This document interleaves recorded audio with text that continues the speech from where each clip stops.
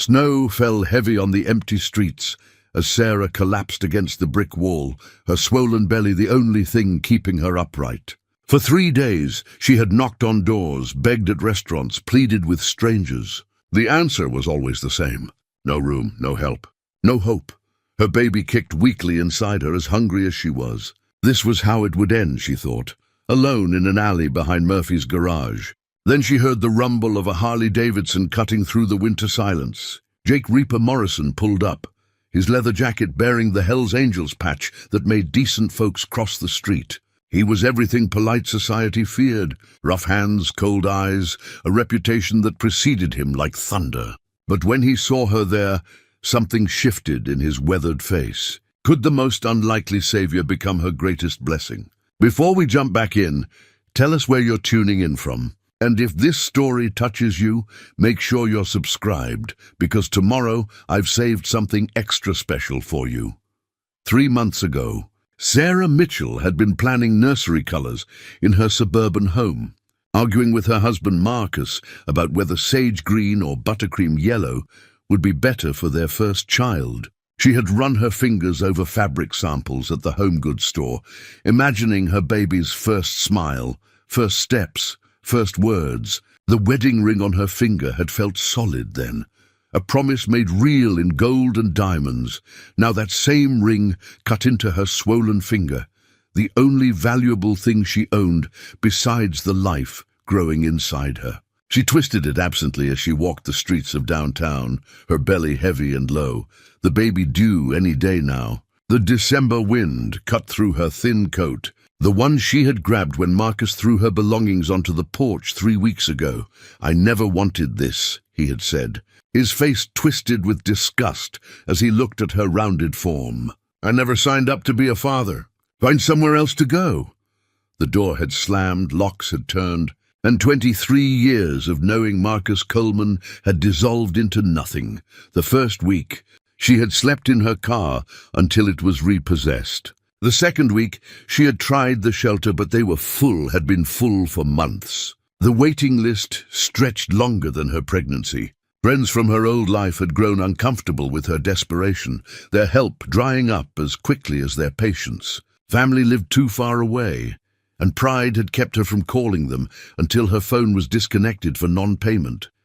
For 3 days now, she had walked, door to door, restaurant to restaurant, church to church. The story was always the same. She would explain her situation, her due date, her need for just a warm place to sit and maybe something to eat. People would look at her with varying degrees of sympathy and suspicion. A pregnant woman alone meant complications they did not want to handle. The diner on 5th Street had let her sit for an hour before asking her to leave. The Catholic Church had given her a sandwich and the phone number for social services, who had told her the same thing as the shelter. "Pull up, try again next month." The convenience store clerk had watched her like she might steal something, his hand hovering near the phone. Now, as darkness settled over the city and the temperature dropped, Sarah felt her strength finally giving out. Her feet, swollen and aching in shoes that no longer fit properly, could not carry her another block. The baby had been quiet all day, too quiet, and she wondered if hunger was affecting them both more than she wanted to admit. She leaned against the brick wall behind Murphy's garage, the rough surface catching on her coat. The alley smelled of motor oil and old snow, but it was sheltered from the wind. Her legs gave out, and she slid down the wall until she was sitting on the cold concrete. The baby shifted inside her, a small movement that brought tears to her eyes. This was not how she had imagined bringing her child into the world. Not in an alley, not alone, not with nothing to offer but empty hands and an empty stomach. She pressed her palms against her belly and whispered an apology to the life inside her. The life that deserved so much more than this moment, this place. This failure of a mother who could not even find them shelter. Jake Morrison's hands moved with practiced precision across the engine block, his custom wrench set arranged in perfect order on the workbench beside him. Each tool had its place, earned through 15 years of honest work at Murphy's garage. The Chevy's transmission had been giving the owner trouble for weeks, but Jake could diagnose problems that would stump mechanics half his age. The garage was his sanctuary, filled with the familiar sounds of compressed air hissing, metal on metal, and the low hum of fluorescent lights. Oil stains on the concrete floor told stories of countless repairs, and the smell of motor oil and steel had become as comforting to him as incense in a church. This was where he made sense, where his reputation meant skilled hands and reliable work rather than the fear that followed him on the streets. Murphy O'Malley shuffled through the bay doors, his Irish accent still thick after 40 years in America. "How's she looking, Reaper?" Jake wiped his hands on a shop rag, the nickname rolling off Murphy's tongue without the edge it carried elsewhere. Here, it was just what the old man had always called him, ever since Jake had shown up 8 years ago looking for work, with nothing but a military discharge and a criminal record that made most employers slam doors in his face. "Transmission's shot," Jake said, his voice gravelly from years of cigarettes he had quit but still craved. "Needs a full rebuild. Tell Henderson it'll be ready Friday." Murphy nodded, trusting Jake's assessment without question. The old Irishman had taken a chance on him when no one else would, seeing something beneath the leather jacket and gang patches that others missed. Jake had repaid that faith with loyalty and the kind of work ethic the military had beaten into him in places whose names he could not legally mention. The apartment above the garage was Jake's entire world outside of his motorcycle club. Sparse and clean, it held only what he needed. A bed, a chair, a table, a small television. The refrigerator contained beer, leftover takeout, and little else. No pictures on the walls, no personal touches that might suggest permanence or hope for something more than just getting through each day.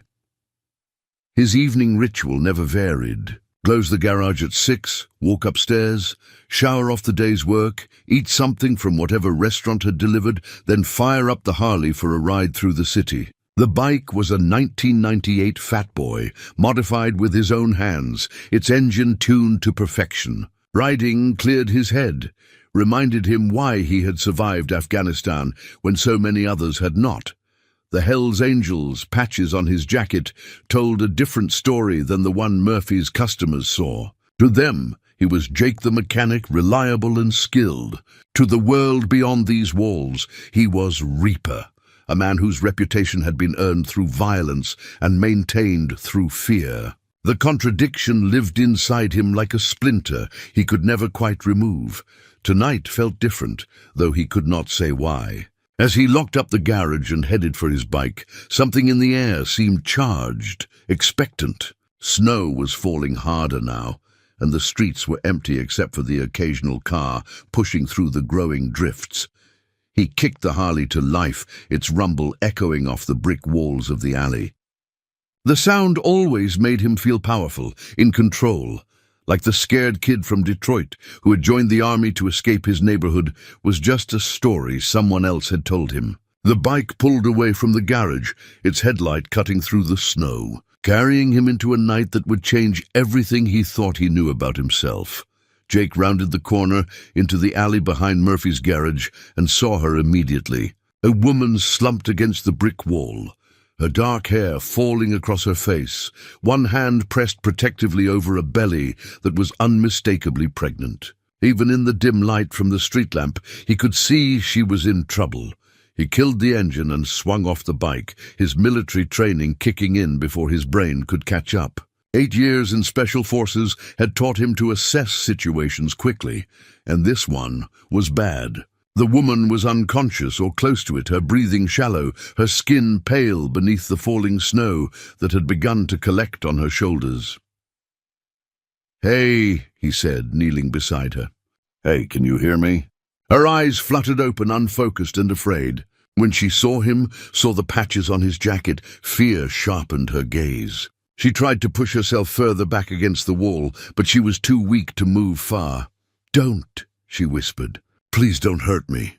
Jake felt something twist in his chest. He reached into his jacket and pulled out the small medical kit he always carried, a habit from his army days that had never left him. "I'm not going to hurt you. You need help." He opened a kit and pulled out a small flashlight, checking her pupils for signs of concussion or drug use. They were responsive but dilated with fear and exhaustion. He could see no obvious injuries, but her pulse was fast and weak when he checked her wrist. "When did you last eat?" he asked. "I don't know," she said, her voice barely audible. 2 days, maybe 3. Jake felt his jaw tighten. Pregnant and starving in December.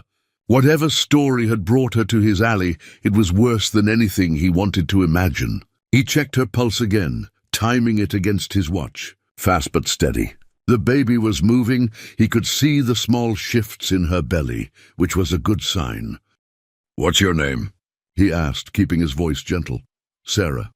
"Sarah, I'm Jake. You can't stay out here. It's too cold, and you need food and medical attention." She looked at him again, taking in the leather jacket, the patches, the scarred hands that held the medical supplies. "You're Hell's Angels," she said. "Yeah. Why are you helping me?" It was a fair question, one he could not answer because he did not know himself. Something about seeing her there, protecting her unborn child, even while she was dying, had reached a part of him he thought was long dead. Maybe it was the way she had not asked for money or drugs, just sat there accepting whatever fate had in store. Maybe it was how young she looked or how alone. "Because you need help," he said finally. He stood and looked down at her, making a decision that went against every survival instinct he had developed over 42 years of life. Taking in strays was not something Jake Morrison did. Getting involved in other people's problems was how you ended up dead or in prison. But Sarah was not someone else's problem anymore. "Can you walk?" he asked. She nodded, though he could see the effort it took for her to get to her feet. He steadied her with one arm, feeling how thin she was beneath the coat, how her body was giving everything to the baby and leaving nothing for herself. "I live upstairs," he said, nodding toward the garage. "You can stay there tonight. Get warm, get some food." "I don't have any money," she said. "Did I ask for money?" She looked at him for a long moment, this pregnant woman and this dangerous man, both of them understanding that whatever happened next would change everything. Sarah woke to the smell of coffee and bacon, sounds that seemed to come from another lifetime. For a moment she could not remember where she was. The bed was narrow but clean, the blankets heavy and warm. Weak winter sunlight filtered through a small window, and she could hear the distant sounds of tools and machinery from somewhere below. Then it came back to her. The alley, the man with the Hell's Angels patches, Jake. She sat up slowly, her body protesting every movement. The baby was active this morning, rolling and stretching inside her, and for the first time in days, Sarah felt a flutter of hope. She was alive. Her baby was alive. They had made it through the night. The room was small and sparse, furnished with only the bed, a dresser, and a single chair. No pictures on the walls. No personal touches except for a stack of motorcycle magazines on the dresser and a military-style footlocker at the foot of the bed. Through the thin walls, she could hear Jake moving around in what she assumed was the kitchen.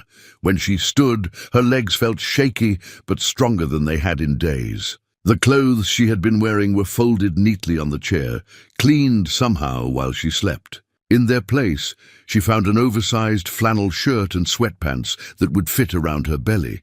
The bathroom was as Spartan as the bedroom, but the hot water worked, and there were clean towels. Sarah caught sight of herself in the mirror and barely recognized the woman looking back. Her face was gaunt, her eyes hollow, her hair stringy and unwashed.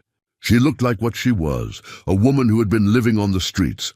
When she emerged from the bathroom, Jake was standing in the kitchen, his back to her. Without the leather jacket, he looked different. Smaller somehow, though he was still a big man. He wore a plain white t-shirt that revealed arms covered in tattoos and scars, and when he turned toward her, she could see the thin chain around his neck that disappeared beneath the shirt. "How do you feel?" he asked, his voice rough but not unkind. "Better," she said, though it felt inadequate to describe the relief of being warm and clean and safe. He nodded toward the small table where a plate sat waiting. Scrambled eggs, bacon, toast, and a glass of orange juice. "More food than she had seen in a week. Eat," he said. "All of it." Sarah sat down and took a bite of the eggs. They were perfect, fluffy, and seasoned just right. She had to force herself to eat slowly, her body wanting to devour everything at once. "Why are you doing this?" she asked. Jake poured himself a cup of coffee and leaned against the counter. He was quiet for so long that Sarah began to think he would not answer. "My little sister was pregnant once," he said finally. "Boyfriend took off when he found out. She was too proud to ask for help, too scared to tell anyone how bad things had gotten." Sarah stopped eating. "What happened to her?" "She died. Both of them. In a shelter in Detroit, middle of winter. Pneumonia." The words hung in the air between them, heavy with old grief and regret. Sarah understood now. This was not charity. This was penance. "I'm sorry," she said. Jake shrugged, but she could see the pain in his eyes, carefully hidden behind years of practice. "Eat your breakfast," he said. "Doctor's appointment is at 10. I don't have insurance.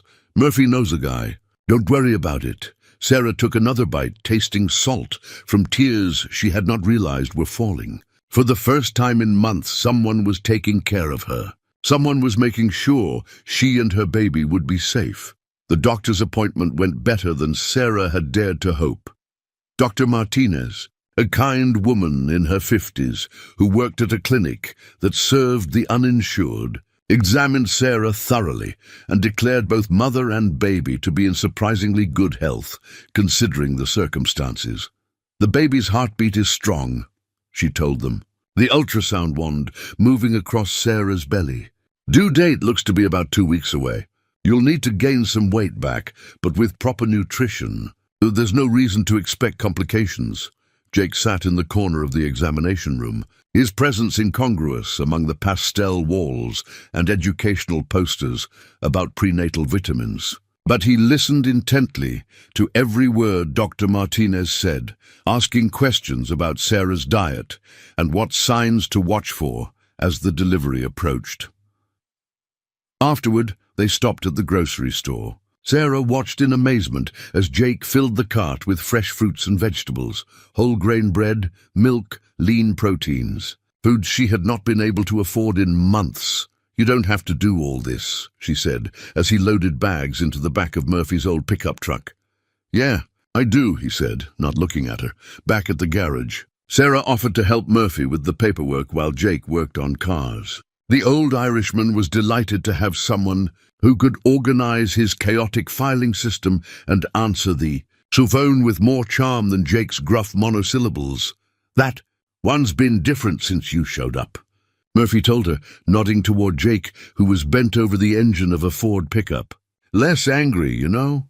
Like he's got something to care about besides just getting through the day." Sarah watched Jake work, noting the careful precision of his movements, the way he handled tools like extensions of his own hands. When a difficult bolt refused to budge, he did not curse or throw things like Marcus would have. He simply tried a different approach, patient and methodical.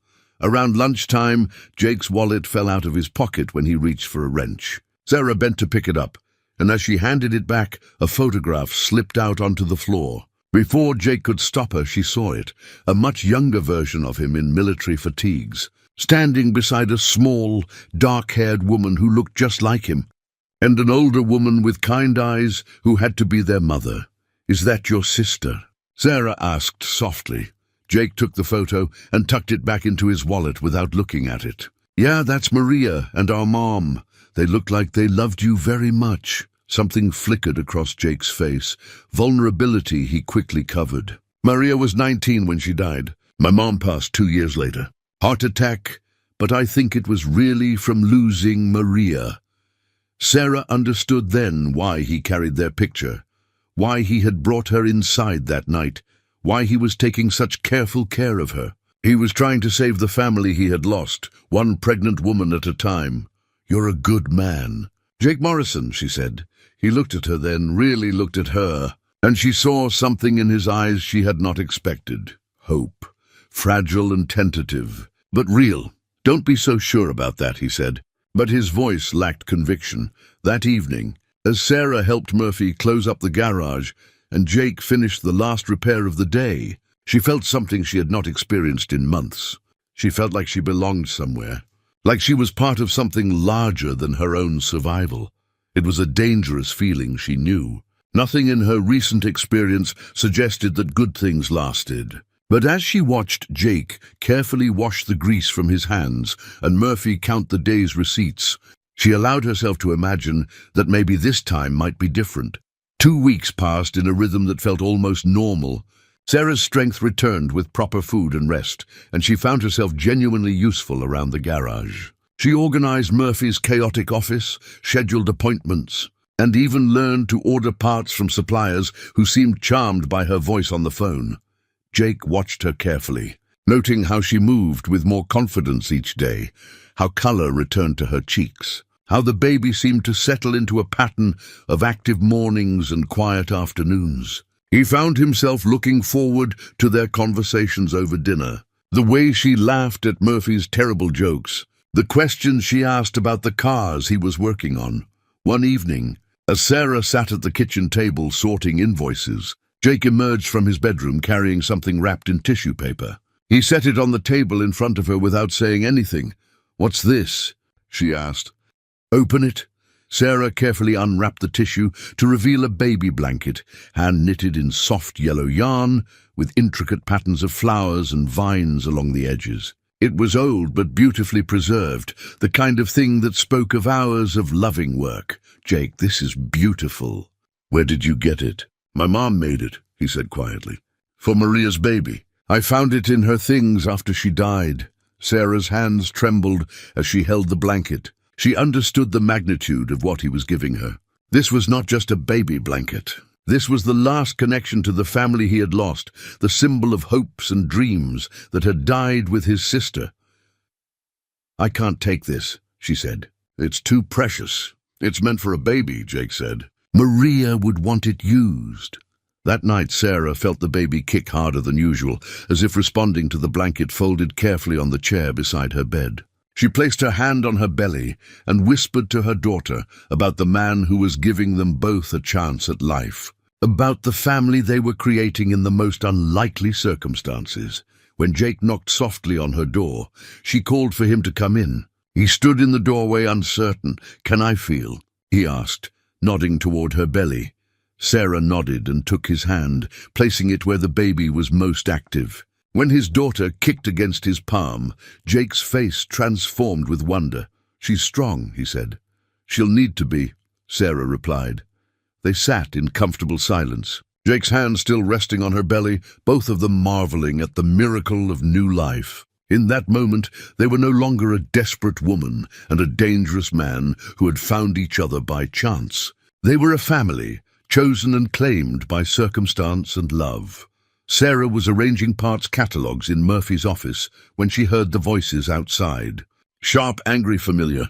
Her blood turned to ice as she recognized Marcus's voice cutting through the sounds of the garage. "I know she's here," Marcus was saying. "My wife, Sarah Coleman? Someone saw her with that biker freak." Through the office window, Sarah could see 3 men standing near the garage bay doors. Marcus looked exactly as she remembered.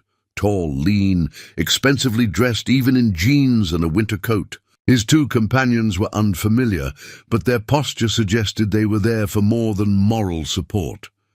Jake emerged from under the hood of a Buick, wiping his hands on a shop rag. He moved with deliberate calm, but Sarah could see the change in his body language. The easy confidence was replaced by something harder, more dangerous. "You gentlemen need something?" Jake asked, his voice level. "I need my wife back," Marcus said, his tone carrying the arrogance Sarah remembered so well. "And my unborn child."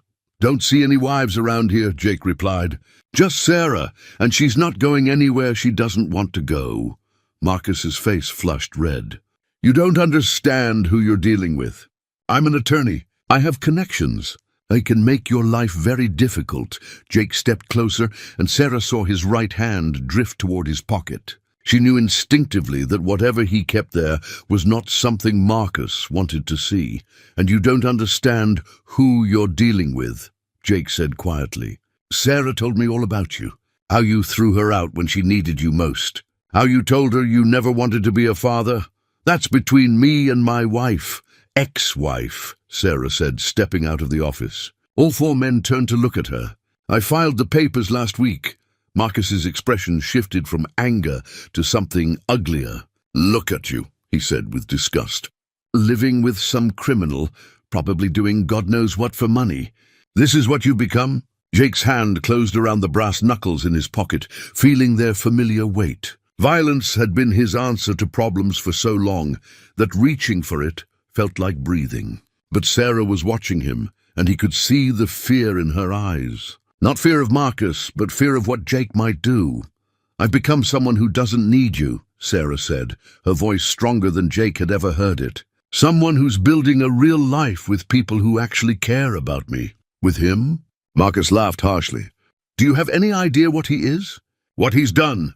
"I did my research, Sarah. Jake Morrison, discharged from the army under questionable circumstances. Arrested twice for assault. Member of a motorcycle gang that deals drugs and commits murder for money." Jake felt the brass knuckles grow warm in his grip. Every word Marcus spoke was designed to hurt, to separate him from Sarah, to remind them both that he was not the kind of man who deserved a family. "You're right," Jake said quietly. "I've done things I'm not proud of, but I never abandoned a pregnant woman. I never threw someone I was supposed to love out into the street." Marcus stepped forward, his companions flanking him. "You think you can just steal someone's family? Think again. I'm filing for emergency custody. I'll have social services here tomorrow. They'll take one look at this situation and remove my child from this dangerous environment." "Your child?" Sarah's voice was dangerous now. "You said you never wanted this baby. You said you never signed up to be a father. I changed my mind. Sue me." Jake knew what this was really about.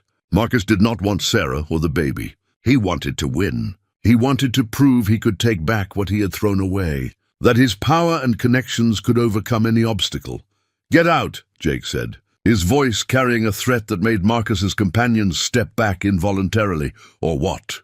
You'll assault me? Please do. It'll make the custody hearing so much easier." Jake released the brass knuckles and stepped back. This was exactly what Marcus wanted. One act of violence, one moment of losing control, and Sarah would lose everything. "Just leave," Sarah said tiredly. "Please, Marcus, just leave us alone." Marcus smiled, sensing victory. "I'll be back, Sarah, with a court order and social services. Enjoy your last few days playing house with your biker boyfriend." As the three men walked away, Jake felt something he had not experienced in years. The sick knowledge that violence was not the answer, and that the people he cared about were in danger he could not punch his way out of.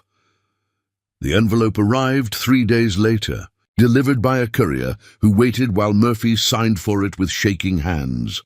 Sarah knew what it was before she opened it. The legal papers were thick, official, stamped with court seals that carried the weight of the state behind them. "Emergency petition for custody and child welfare investigation," she read aloud, her voice hollow. "Marcus Coleman vs. Sarah Coleman, regarding the welfare of minor child, baby girl Coleman." Jake read over her shoulder, his jaw tightening with each paragraph. The petition painted a picture of Sarah as an unfit mother who had abandoned her marital home to live with a dangerous criminal. It described Jake as a violent gang member with a history of assault and drug-related activities. It demanded immediate intervention by Child Protective Services and temporary custody be awarded to Marcus Coleman pending a full investigation. "This is all lies," Sarah said. But even as she spoke, she could see how the truth had been twisted into something ugly and damaging. Yes, she was living with Jake. Yes, he was a Hells Angels member. Yes, he had been arrested before. In a courtroom, those facts would carry more weight than the reality of their situation. The phone rang, and Murphy answered with his usual gruff hello. His face grew grave as he listened. "That was my friend at CPS," he said after hanging up. "They're sending someone over this afternoon. Surprise inspection." Jake stood and paced to the window, his hands clenched into fists. Everything in his training told him to run, to get on his bike and disappear before the authorities arrived. But that would mean abandoning Sarah, and he knew he could not do that. "Maybe I should leave," he said without turning around. "Take myself out of the equation. It's me they have a problem with." "No," Sarah said firmly. We're in this together." The caseworker arrived at 2 o'clock sharp. Janet Morrison was a tired-looking woman in her 40s who had clearly seen too much in her years with the department. She carried a clipboard and wore the expression of someone who expected the worst and was rarely disappointed. Sarah led her through the apartment, showing her the bedroom where she slept, the kitchen where she ate healthy meals, the bathroom where she could maintain proper hygiene. Everything was clean, organized, safe. The baby blanket Jake had given her was folded carefully on a chair, evidence of the care being taken for the child's arrival. "Mr. Morrison," Janet said, turning to Jake, "I need to ask you some questions." They sat around the small kitchen table, and Janet consulted her notes. "You have a criminal record." "Yes," Jake said simply. "Assault charges twice, bar fights. 7 years ago. I paid my fines and did my community service."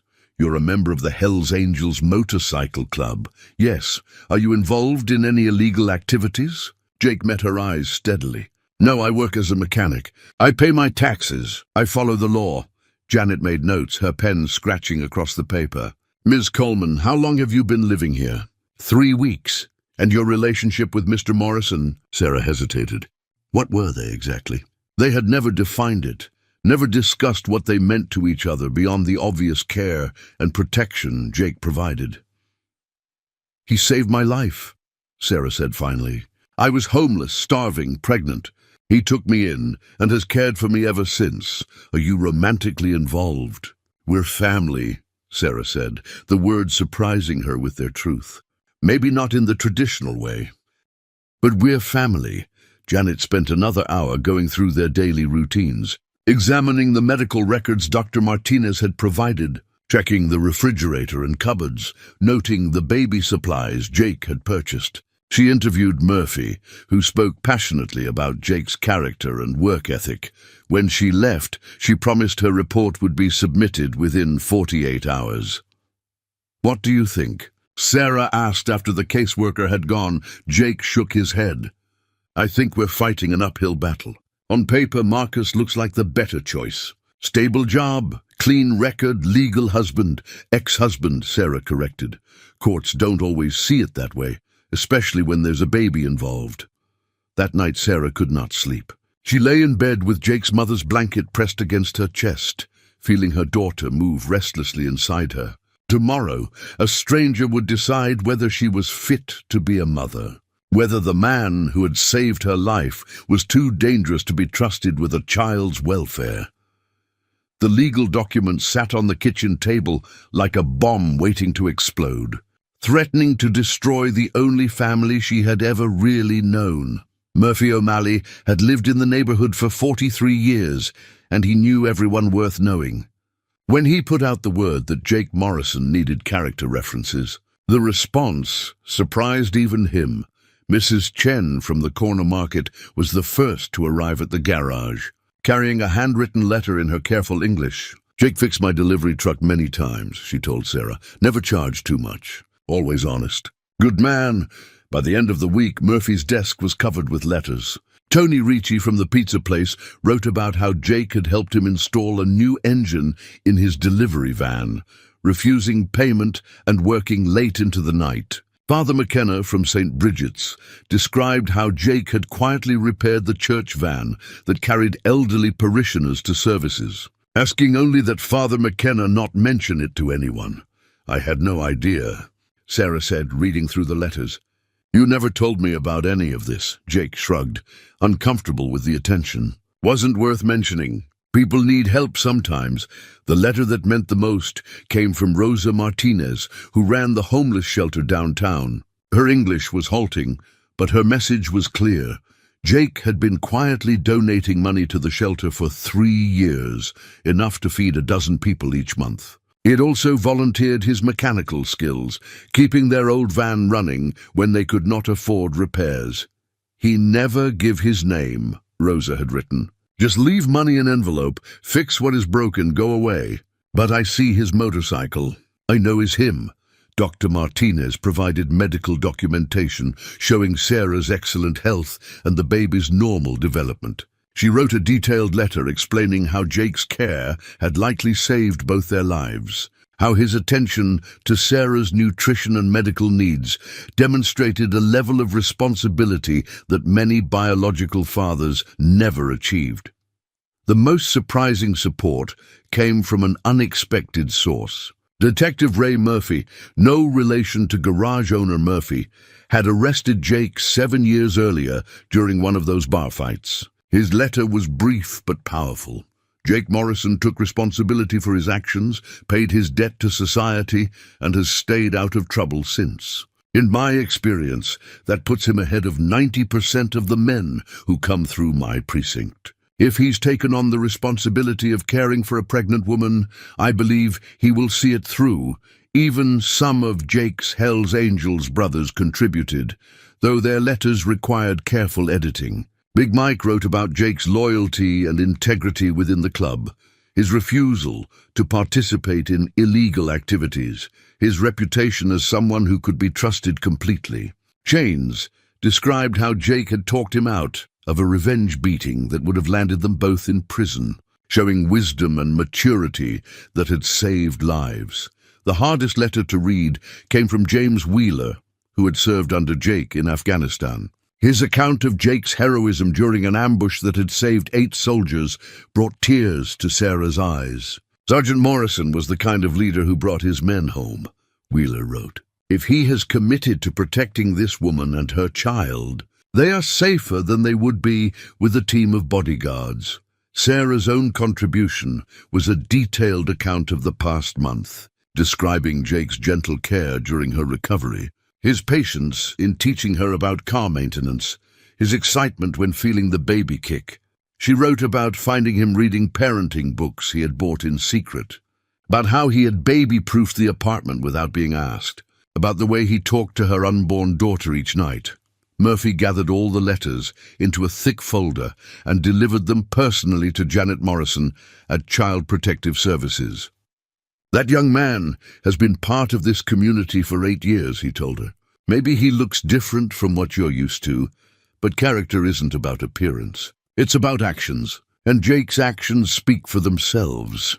2 days later, Janet called with the preliminary findings. Sarah's living situation was deemed stable and appropriate. Jake's background check, while noting his criminal record, also documented his steady employment, community ties, and the overwhelmingly positive character references. Most importantly, Dr. Martinez's medical reports showed clear evidence of excellent prenatal care. The department sees no immediate threat to the welfare of the unborn child, Janet told them over the phone. However, Mr. Coleman's petition will still go before a judge. This isn't over.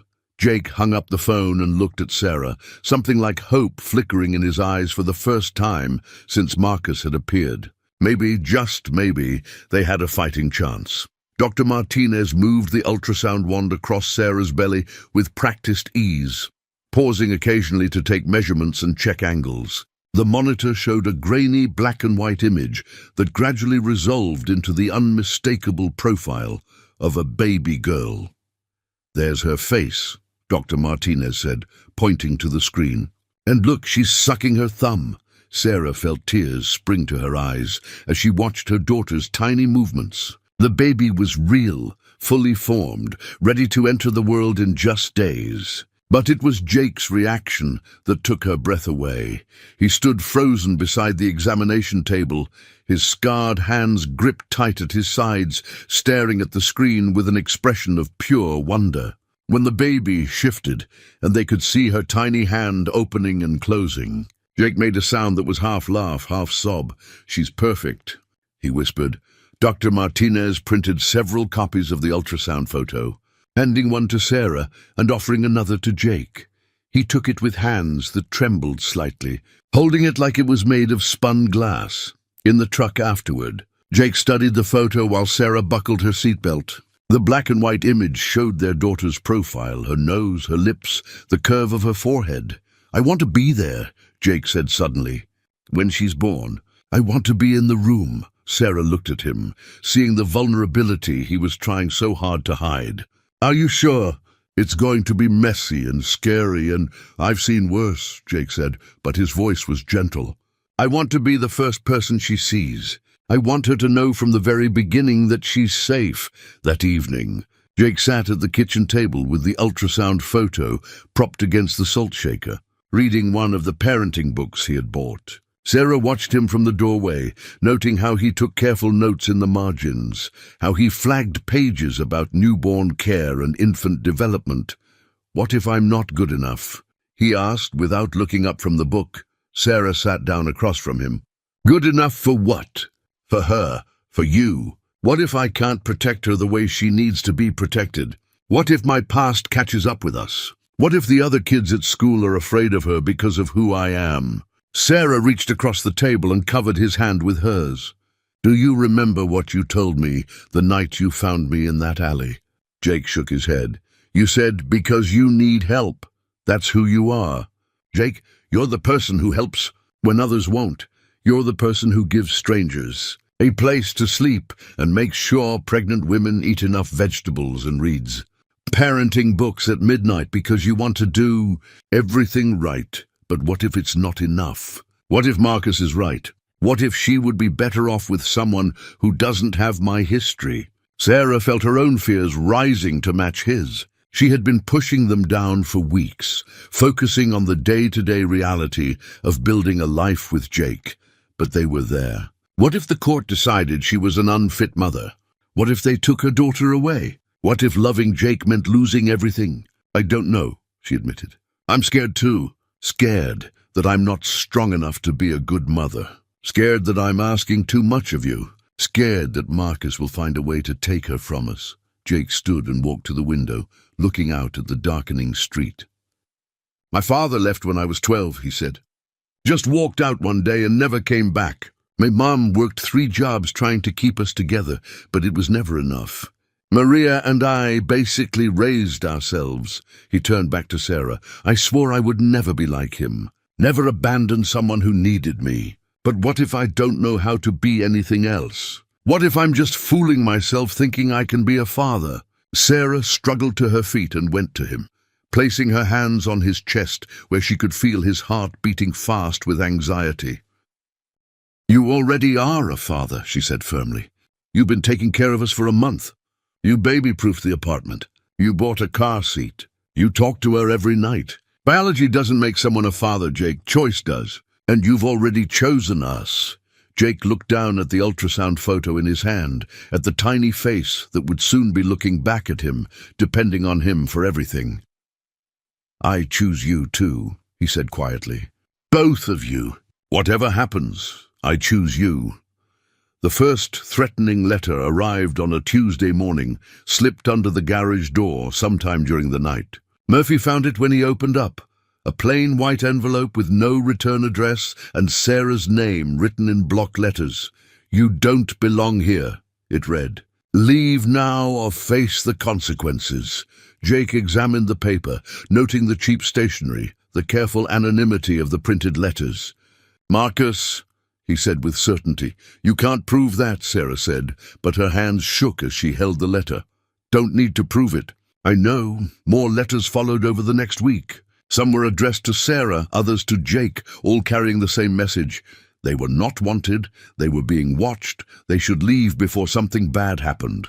The letters escalated from vague threats to specific warnings about Sarah's job at the diner, about Jake's reputation in the neighborhood, about what would happen to their baby if they did not comply. Rosa at the diner pulled Sarah aside on Thursday afternoon. Someone's been calling, she said nervously. Anonymous complaints about you, saying you're unstable, that you might be on drugs, that customers are uncomfortable with you here. That's ridiculous, Sarah said. You know I'm not on anything. Dr. Martinez tests me regularly. I know that, and you know that, but corporate doesn't know that. They're sending someone down from head office to investigate. I'm sorry, Sarah. I tried to fight it, but my hands are tied. Sarah walked home from the diner that afternoon, feeling the weight of Marcus's campaign pressing down on her. He was methodically destroying everything they had built, using his legal connections and resources to make their life impossible. The worst part was that it was working.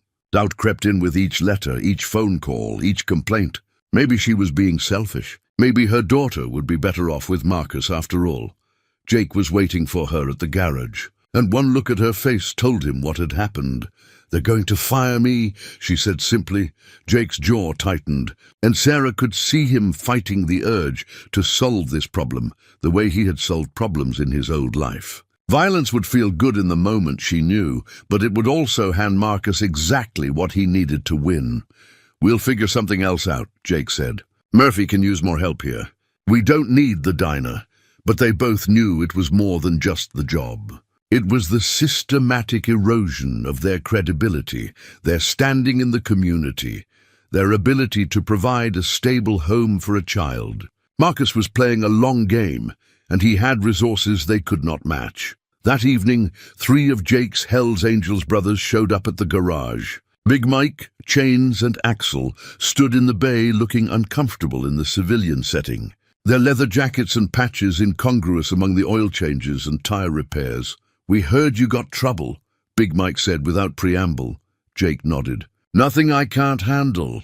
"Maybe you can't handle it the right way," Chains said meaningfully. "Maybe it needs handling the old way." Sarah felt ice form in her stomach. She knew what they were offering. Make Marcus disappear. End the threats permanently. It would be easy for them, and Marcus would simply become another missing person case that never got solved. "No," Jake said firmly. "That's not how we're doing this. This is about family," Axel said. "About protecting what's yours. Since when do we let some rich lawyer push us around?" "Since I decided I wanted to be someone my daughter could be proud of," Jake replied. The 3 men exchanged looks. This was not the Jake Morrison they knew, the reaper who had earned his patch through violence and intimidation. This was someone softer, more careful, more concerned with consequences than with immediate satisfaction. "Your choice," Big Mike said finally. "But the offer stands. One word from you, and this problem goes away." After they left, Sarah and Jake sat in the kitchen reading the day's threatening letter. The paper felt toxic in Sarah's hands, contaminated with hate and malice. "Are you having second thoughts?" Jake asked quietly. "About us? About staying?" Sarah looked at him, this man who had sacrificed so much for her and her unborn child, who was choosing the hard path when the easy one was right there waiting. "Never," she said. "We're going to beat him, Jake. We're going to beat him the right way." But as she said it, Sarah wondered if being right was enough when Marcus held all the cards. The Hells Angels clubhouse sat on the outskirts of town, a converted warehouse surrounded by motorcycles and the kind of men who made ordinary citizens cross the street. Jake had not been there in over a month, not since he had started caring for Sarah, and walking through the doors felt like stepping back into a life he was no longer sure he belonged to. "Look what the cat dragged in," called out Demon, the club president, from behind the bar. "Thought maybe you'd forgotten where you came from." Jake touched the patch on his jacket, the 3-piece colors that had defined his identity for 8 years. The Hells Angels patch represented more than membership in a motorcycle club. It was brotherhood, loyalty, a code of honor that had guided him through the darkest periods of his life. But now it felt heavy, like armor that no longer fit properly. "Been busy," Jake said, taking the beer Demon offered him. "So we heard. Playing house with some pregnant girl." "That's not like you, Reaper." The other club members had gathered around now, a dozen men whose loyalty to each other had been tested in ways that civilian friendships never were. These were the men who had accepted him when the rest of society had written him off, who had given him purpose when he had been drowning in post-war nightmares. "She needed help," Jake said simply. "And now, ask Torch, the club's sergeant-at-arms. Now she's got you washing dishes and changing diapers. That what you want to be, a suburban dad?" Jake felt the familiar pull of their approval, the need to belong somewhere that had driven him to this clubhouse in the first place. But something had changed in him over the past month. The man who had joined the Hells Angels seeking brotherhood and purpose had found something different with Sarah and her unborn child. "What I want is to take care of my family," Jake said. "Your family?" Demon's voice carried a warning. Your family is sitting right here. We're the ones who had your back when you came home from Afghanistan with nothing. We're the ones who gave you a place to belong when the whole world treated you like damaged goods. Jake knew the speech was true. When he had returned from 3 tours of duty with a head full of memories he could not share and skills that had no civilian application, the Hells Angels had been the only organization that valued what he could offer. They had not cared about his nightmares or his difficulty holding down regular jobs. They had seen a warrior and welcomed him home. I'm not forgetting that, Jake said. But things change. Things change, Chains repeated mockingly. You sound like some love-struck teenager. What happens when she gets tired of playing with the dangerous biker? What happens when she decides her kid deserves better than a felon for a father? The words hit harder than Jake wanted to admit because they echoed his own fears. What if Sarah was just grateful now, caught up in the drama of their situation? What if, once the baby was born and life settled into routine, she realized what she had tied herself to? That's her choice to make, Jake said. And what about your choices? Demon asked. You took an oath when you earned those colors. You promised loyalty to this club above everything else. You sure you want to throw that away for some woman you've known for a month? Jake looked around at the faces of men who had been closer than brothers, who had shared dangers and victories and losses that bound them together in ways outsiders could never understand. The Hells Angels patch on his jacket was not just fabric and thread. It was proof that he belonged somewhere, that he was valued, that he was part of something larger than himself. But when he thought about Sarah reading parenting books and organizing Murphy's chaotic office, when he remembered feeling his daughter kick against his palm, he knew his answer. I'm not throwing anything away, Jake said. I'm choosing to build something new. Demon studied him for a long moment. You know what this means? You choose her over us. You're choosing to walk away from the only family you've ever really had. No, Jake said firmly. I'm choosing to make the family I always wanted. The silence that followed was heavy with the weight of severed bonds and changed loyalties. Jake finished his beer, set the bottle on the bar, and walked toward the door. Reaper, Demon called after him. You change your mind, you know where to find us.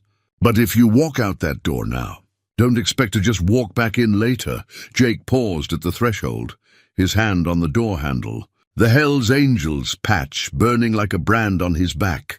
The knock on the apartment door came at 8 in the morning, sharp and official. Sarah was making breakfast while Jake read the newspaper, both of them settling into the domestic routine that had become their normal life. But there was nothing normal about the woman standing in their doorway with a clipboard and a stern expression. I'm Janet Morrison from Child Protective Services, she announced. This is a surprise inspection to assess the living conditions and welfare preparations for the minor child. Sarah's heart sank. They had known this was coming, but the reality of it felt like a punch to the stomach. Everything they had built over the past month would be judged in the next hour by someone who saw only statistics and risk factors. Of course, Sarah said, stepping aside to let her in. Please come in. Janet moved through the apartment with professional efficiency, taking notes on everything. She opened the refrigerator and noted the healthy food, checked the locks on the windows, examined the smoke detectors Jake had installed. In the bedroom that would serve as the nursery, she catalogued the crib Murphy had built, the changing table Jake had assembled, the clothes and supplies they had gathered. Mr. Morrison, Janet said, consulting her notes, I need to discuss your background with you. Jake sat across from her at the kitchen table, his military medals and commendations spread out before him. Purple Heart for wounds received in combat. Bronze Star for valor in the face of enemy fire. Good Conduct Medal for exemplary service. Combat Action Badge for engagement with hostile forces. You served 3 tours in Afghanistan, Janet said, reading from his military records. Yes, ma'am. 8th year with Special Forces. Honorable discharge in 2015, and after your discharge? I had some trouble adjusting, Jake admitted. Got into a couple of fights, spent some time figuring out who I was supposed to be as a civilian, but I've been clean for 7 years. Steady job, steady address, no arrests since 2017. Janet picked up the Bronze Star, examining it closely. This citation says you saved 8 soldiers during an ambush. Led them to safety under heavy fire. I did my job, Jake said simply. Your job was to bring people home safely, to protect those under your care. Janet set the medal down carefully. Is that what you're doing now? Jake met her eyes steadily. Yes, ma'am. That's exactly what I'm doing.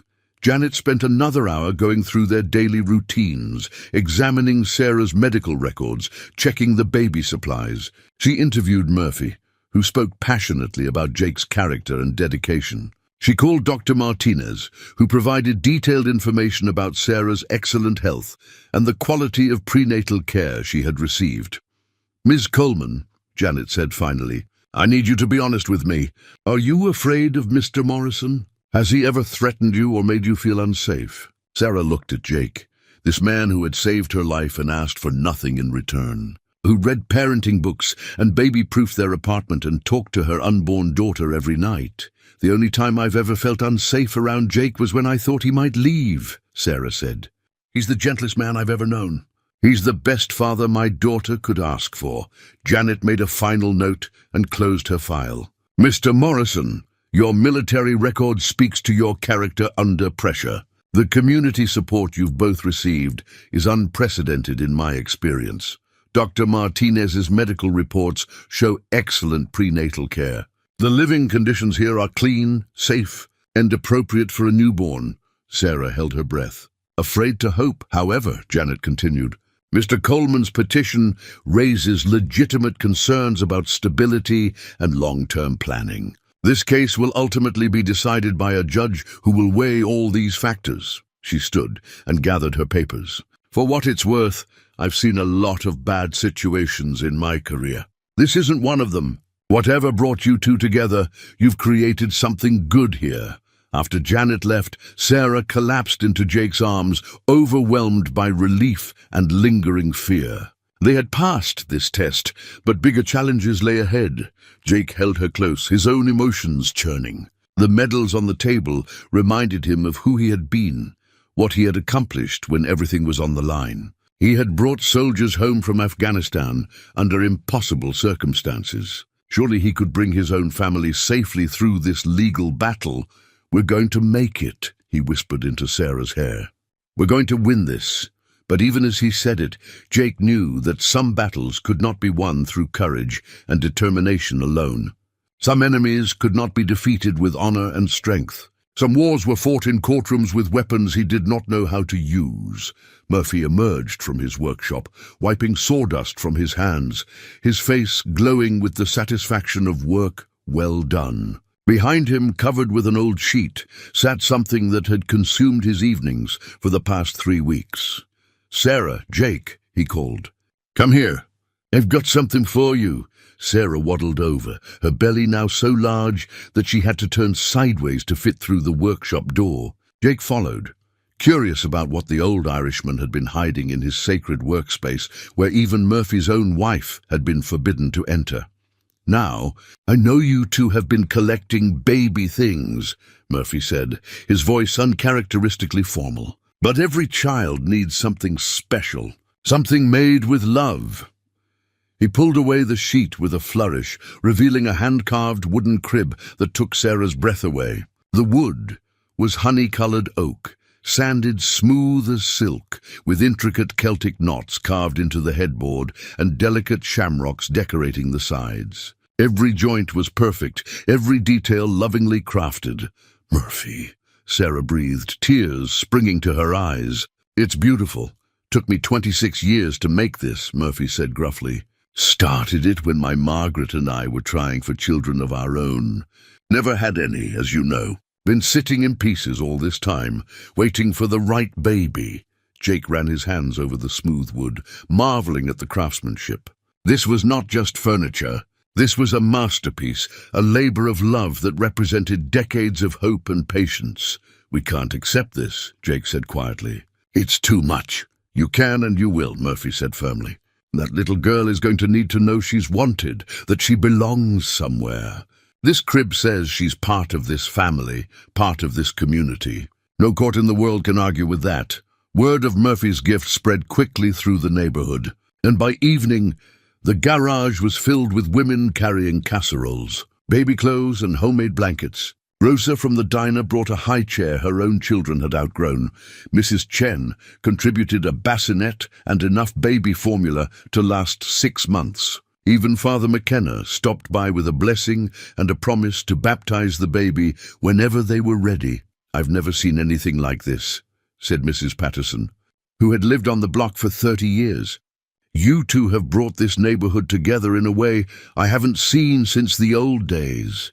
Sarah watched in amazement as her kitchen filled with food and her living room overflowed with baby supplies. These were people who had been strangers a month ago, and now they were treating her and Jake like family. "Why are you all doing this?" she asked Rosa, who was arranging receiving blankets in the new crib. "Because you belong here now," Rosa said simply. "Because Jake belongs here, and because that baby is going to be one of ours." Jake stood in the corner, overwhelmed by the generosity surrounding them. His entire adult life had been spent on the margins of society, part of groups that existed in opposition to mainstream values. The Hells Angels had given him brotherhood, but it was brotherhood born of shared rejection by the world outside. This was different. This was acceptance, inclusion, the kind of belonging he had never imagined possible. Mrs. Chen approached him with a small wrapped package. "For you," she said in her careful English. "From my grandmother in China. She say it bring good luck to new father." Inside was a small jade pendant carved in the shape of a dragon, worn smooth by generations of handling. She say dragon protect family, bring strength when needed most. As the evening wound down and the neighbors began to leave, Sarah found herself surrounded by enough baby supplies to stock a small store. But more than the material gifts, she felt the weight of community support. The sense that she and Jake and their daughter were no longer alone in the world. Murphy was the last to leave. In pausing at the door to look back at the crib he had finally finished. "Your little girl is going to sleep safe in that bed," he said, "and she's going to know that she's loved by more people than she can count." After everyone had gone, Sarah and Jake sat beside the crib, marveling at its beauty and the love it represented. The hand-carved Celtic knots seemed to tell a story of connection and continuity, of traditions passed down and hopes fulfilled. "We're really going to make it, aren't we?" Sarah said, her hand resting on her belly. Jake touched one of the carved shamrocks, thinking about belonging and community and the family they were building together. "Yeah," he said, "we really are." Sarah was organizing Jake's military documents for the upcoming court hearing when she noticed something that made her freeze. Among the commendations and discharge papers was a unit roster from his time in Afghanistan.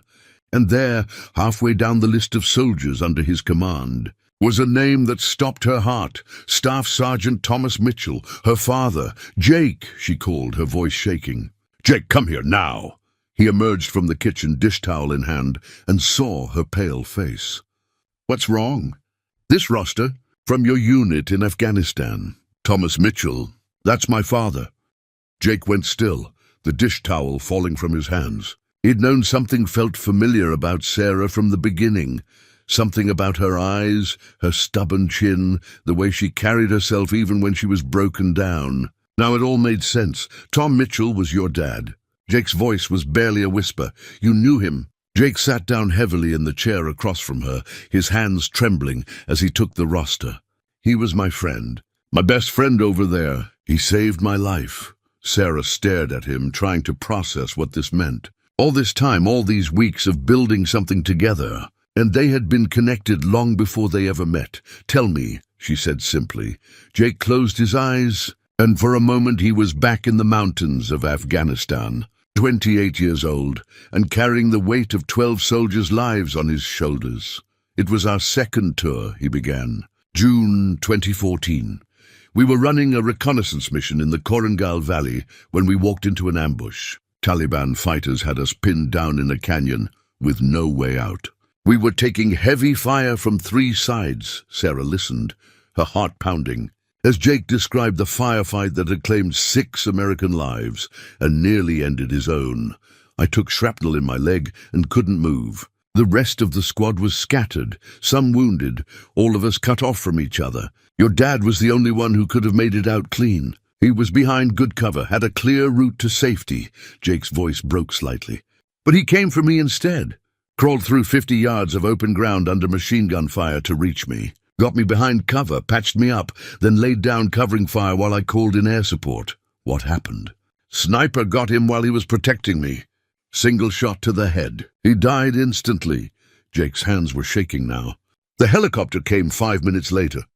5 minutes. If he had just waited, if he had let me call for help instead of trying to save me himself, he would have made it home. Sarah felt tears streaming down her face. This was how her father had died, not in some faceless random act of war, but saving the life of the man who was now saving her. He talked about you all the time, Jake continued. Had pictures of you in his wallet. You were in college then, studying to be a teacher. He was so proud of you. Said you were the strongest person he knew, that you could handle anything life threw at you. He never told me about you. He wrote letters, Jake said. I saw him writing them almost every night. He said he wanted to tell you about the good things over there, the friendships, the men who had each other's backs. He said he didn't want you to worry about him being alone. Sarah thought about those letters, the ones that had arrived sporadically throughout her father's deployment.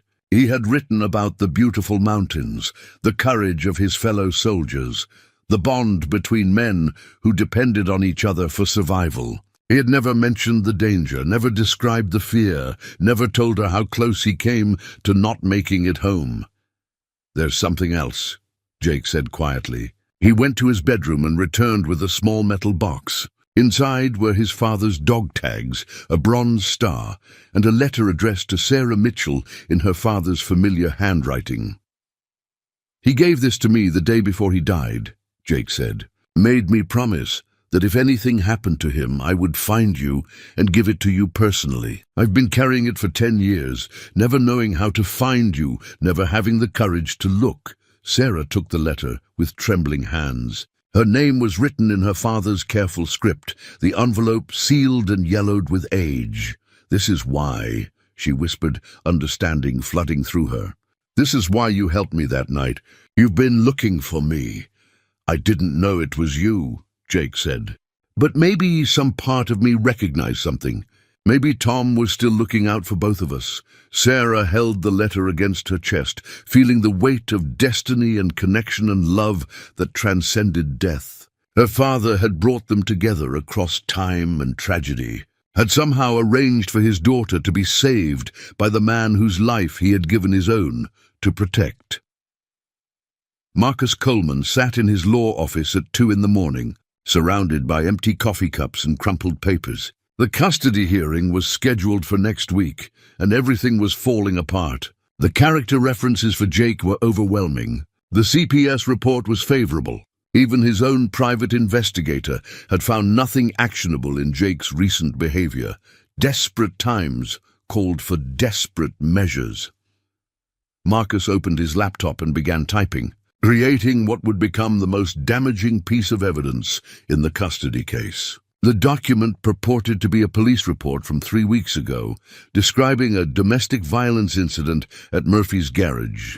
According to the fabricated report, Sarah had called 911 after Jake had threatened her during an argument, leaving visible bruises on her arms.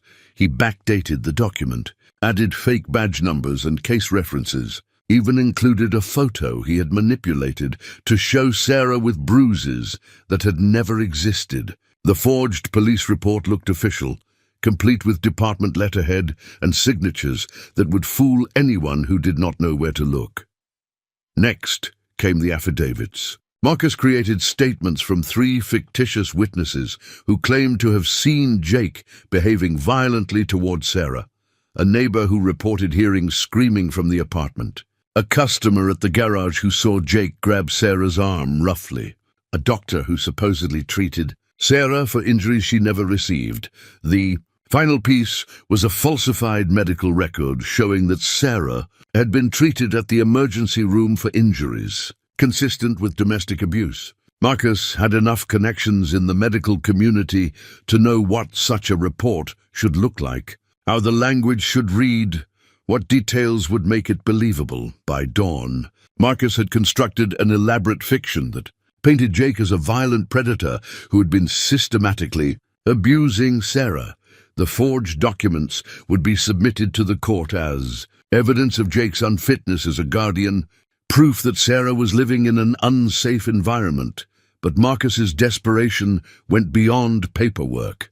He spent the morning visiting Rosa at the diner, offering her $5,000 to testify that she had seen bruises on Sarah's arms, that Sarah had confided in her about Jake's violence.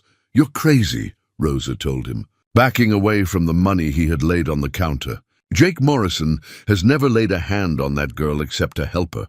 And even if he had, I wouldn't lie in court for any amount of money." Marcus tried the same approach with Mrs. Chen at the corner market, with the mechanics who worked near Murphy's garage, even with Father McKenna at the church. Each time he was met with disbelief and disgust. The community that had embraced Jake and Sarah saw through Marcus's lies immediately. "You're the one who threw her out pregnant," Mrs. Chen told him angrily. "You're the one who should be ashamed." By afternoon, word of Marcus's attempted bribery had spread through the neighborhood. Murphy confronted him outside the garage, his Irish temper flaring. "You listen to me, you miserable excuse for a man," Murphy said, his finger pointed at Marcus's chest. "That girl and that baby are under our protection now. You want to fight dirty? Fine, but you'll find that this community has a long memory and no patience for bullies." Marcus retreated to his car, shaken by the hostility he had encountered. These people did not understand what was at stake. They saw a romantic story of redemption and second chances. He saw the reality, a pregnant woman making poor choices with a dangerous man, a child who deserved better than to be raised by criminals and outcasts. That evening, Marcus received a phone call that changed everything. "Mr. Coleman, this is Detective Ray Murphy. I understand you've been asking around about some alleged domestic violence incidents involving Jake Morrison." Marcus's blood ran cold. "I'm just trying to protect my child, Detective. Funny thing is, we have no record of any such incidents, but we do have several reports today of a man matching your description, attempting to bribe witnesses to give false testimony." "That's a felony, Mr. Coleman. Perjury, suborning perjury, witness tampering. You could lose your law license." "I don't know what you're talking about." "Sure you don't. Here's some free legal advice. Whatever you're planning to submit to that court better be legitimate. Because if I find out you've fabricated evidence in a custody case, I'll arrest you myself." The phone went dead, leaving Marcus alone in his office with his forged documents and his growing panic. Everything he had built, his career, his reputation, his future, was at risk. But he had come too far to stop now. He gathered the false evidence into a manila envelope, knowing that submitting it would either win him custody of the child or destroy his life completely. But he could not accept defeat. He could not allow Sarah to choose Jake Morrison over him. He could not let them win. Tomorrow, he would take his fabricated proof to court and gamble everything on one final lie. The courthouse was packed when Sarah and Jake arrived for the final hearing. Murphy had closed the garage for the day so he could be there, and it seemed like half the neighborhood had come to show their support. Rosa sat in the front row with Mrs. Chen and Father McKenna. Even some of Jake's Hell's Angels brothers had shown up, their leather jackets a stark contrast to the formal setting, but their presence unmistakable. Sarah wore the one dress that still fit her, navy. The baby had been unusually active all morning. Jake sat beside her in his only suit, the one he had bought for job interviews years ago, his military medals pinned to his lapel. Judge Patricia Reeves entered the courtroom, a stern woman in her 60s who had been handling family court cases for over 20 years. She had seen every kind of custody dispute, every form of manipulation and deception that desperation could produce. Marcus sat at the plaintiff's table with his attorney, a manila envelope of fabricated evidence beside him. His hands shook slightly as he prepared to submit documents he knew could send him to prison if discovered. But losing this case felt like a greater threat than any legal consequences. "Your Honor," Marcus's attorney began, "we have new evidence that fundamentally changes the nature of this case. Evidence that shows Ms. Coleman and her unborn child are in immediate danger." He handed the forged police report to the judge, describing fictional incidents of domestic violence that had never occurred. Sarah felt her world tilting as she listened to lies presented as truth. Her life twisted into something unrecognizable. Jake's attorney, a public defender named Maria Santos, who had taken their case pro bono, immediately objected. "Your Honor, we have no record of any such police reports. These allegations appear to be completely fabricated." Judge Reeves examined the documents carefully, her experienced eye noting inconsistencies in formatting and language that suggested forgery. "Mr. Coleman, these are serious allegations. Do you have corroborating evidence?" Marcus nodded to his attorney, who called his first witness, Detective Ray Murphy. "Detective Murphy," the attorney began, "did you investigate reports of domestic violence at Murphy's garage involving Jake Morrison?" Detective Murphy looked directly at Marcus before answering. "No, sir. We have no such reports on file. However, we do have multiple reports from yesterday of someone matching Mr. Coleman's description, attempting to bribe witnesses to give false testimony." The courtroom erupted in whispers. Marcus felt his carefully constructed case crumbling around him. "Furthermore," Detective Murphy continued, "our forensics expert examined these alleged police reports this morning. The formatting is incorrect. The case numbers don't exist in our system, and the officer's signatures are forgeries." Judge Reeves's expression grew thunderous. "Mr. Coleman, did you fabricate these documents?" Before Marcus could answer, Sarah stood up, her voice clear and strong. "Your Honor, may I speak?" "Ms. Coleman, you may address the court." Sarah walked to the witness stand, her hand resting protectively on her belly. "Your Honor, 6 weeks ago I was dying in an alley, abandoned and alone. Jake Morrison found me and saved my life. Not just physically, but in every way that matters." She looked directly at Marcus. "The man I married threw me away when I needed him most. He told me he never wanted to be a father, that our child was a mistake. But Jake chose us. Every day he chooses us." Sarah's voice grew stronger. "He reads parenting books at night. He talks to my daughter through my belly. He baby-proofed our apartment before I even asked. He's everything a father should be, everything Marcus never was." The judge listened intently as Sarah described their life together. The community that had embraced them, the love they had built from nothing. "Jake Morrison is the most honorable man I've ever known," Sarah concluded. "And I trust him with my life and my daughter's life completely." Judge Reeves turned to Jake. "Mr. Morrison, do you have anything to add?" Jake stood, his voice quiet but firm. "Your Honor, I've made mistakes in my life. I've been angry, violent, lost. But Sarah and this baby have given me something to fight for, something to be better for. I'm not asking to replace her father. I'm asking for the chance to be the father she deserves." The judge was quiet for a long moment, reviewing the evidence and testimonies. The forged documents sat before her like a toxic reminder of how far desperation could drive someone. "Mr. Coleman," she said finally, "you have committed multiple felonies in this courtroom today. Perjury, document forgery, witness tampering. I'm ordering your immediate arrest."